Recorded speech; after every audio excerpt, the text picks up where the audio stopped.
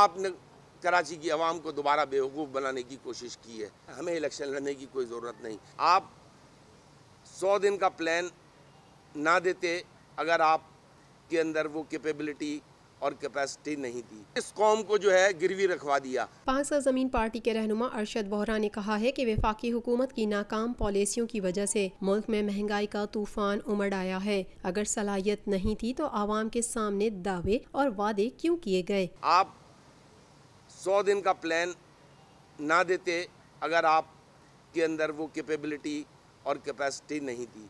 इस हुकूमत ने जो 100 दिन का प्लान दिया और जो आवाम की एक्सपेक्टेशंस थी, इलेक्शन से पहले के वादे, उसकी डिटेल में मुझे जाने का कोई फ़ायदा नहीं। आज मेरे ख्याल से पिछले कोई 10-15 दिन से हर चैनल पर उनके इलेक्शन से पहले की तकारीर और इलेक्शन के बाद के उनके फ़ैसले वो दिखाए जा रहे हैं। आवाम को पता है कि कितने बड़े यू टर्न्स आए, एक यू टर्न नहीं कई यू टर्न्स आए।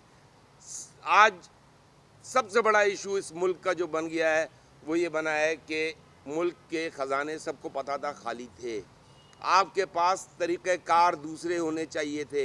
आपने इकोनॉमिकली किस टीम को बिठाया जिस टीम ने पहले तो ये कहते रहे कि हम IMF के पास नहीं जाएंगे। क्या आपके पास दूसरे ऑप्शंस नहीं थे? क्या आपने अपनी तमाम इंपोर्ट्स को जमा करके अपने इंपोर्ट्स की आइटम लिस्ट को देख के हज़ारों ऐसे आइटम थे जिसको अगर आप 2 साल के लिए बैन भी कर देते तो ये मुल्क चलता रहता और आपके कई अरब डॉलर बच सकते थे। लेकिन आपने उसके बजाय आसान तरीका अपनाया। आप कम से कम 3 से 4 अरब रुपए आप बचा सकते, 3 से 4 अरब डॉलर आप बचा सकते हैं।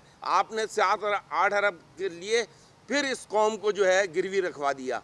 आपने प्लानिंग नहीं की, आपने आसान तरीका ढूंढा। कराची वालों ने मुल्क का वजीर आज़म मुंतखब कराया लेकिन उसे नज़रअंदाज किया गया। आपने क्या टेक्सटाइल पैकेज दिया और टेक्सटाइल पैकेज में आपने कराची को इग्नोर किया।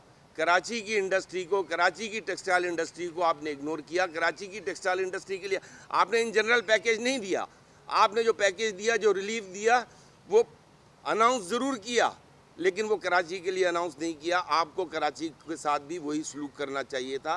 कराची की टेक्सटाइल इंडस्ट्री के लिए भी वही पैकेज देना चाहिए थे जो आपने दूसरे मुल्क के दूसरे हिस्सों के लिए पैकेज दिया। आपने 125 से आज जो 137 138 का डॉलर हो गया है और हमें तो खौफ आता है, हमें खौफ आता है कि ये डॉलर अगर 140 150 160 को टच कर गया तो खुदा ना खास्ता कोलैप्स हो जाएगा सिस्टम हमारा। बड़ी अच्छी बात है आपने 50 लाख घरों का अनाउंस किया, बहुत अच्छी बात है। बेघर अफराद के लिए आपने घरों का अनाउंस किया। आपको सबसे ज़्यादा नुमाइंदगी इस हुकूमत को कराची ने दी। आपने कराची को स्टडी किया है? क्या आपके नुमाइंदों को बशमूल वज़ीर आज़म पाकिस्तान, बशमूल सदर पाकिस्तान, बशमूल गवर्नर सिंध और उनके मुंतखब नुमाइंदे, उन्हें कराची की डायनामिक्स का पता है? कराची की 2.5 करोड़ में से 1.25 करोड़ की आबादी जो है वो कच्ची आबादी है और वो कच्ची आबादी जो है 70 साल से कच्ची आबादियाँ हैं।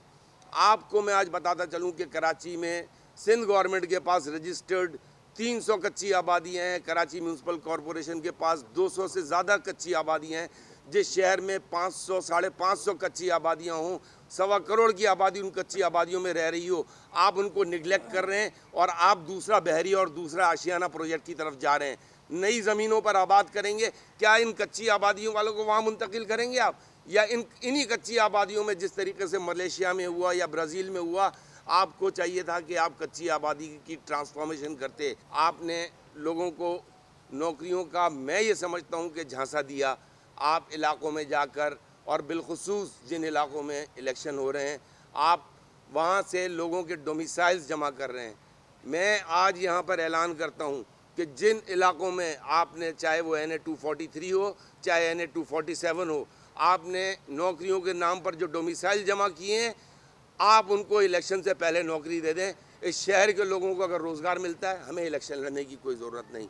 जितने डोमिसाइल आपने जमा किए हैं, इलेक्शन से पहले उनको नौकरियां दे दें, क्योंकि हमें पता है आपने ये इलेक्शन के लिए झांसा दिया है और आपने कराची की आवाम को दोबारा बेवकूफ़ बनाने की कोशिश की है।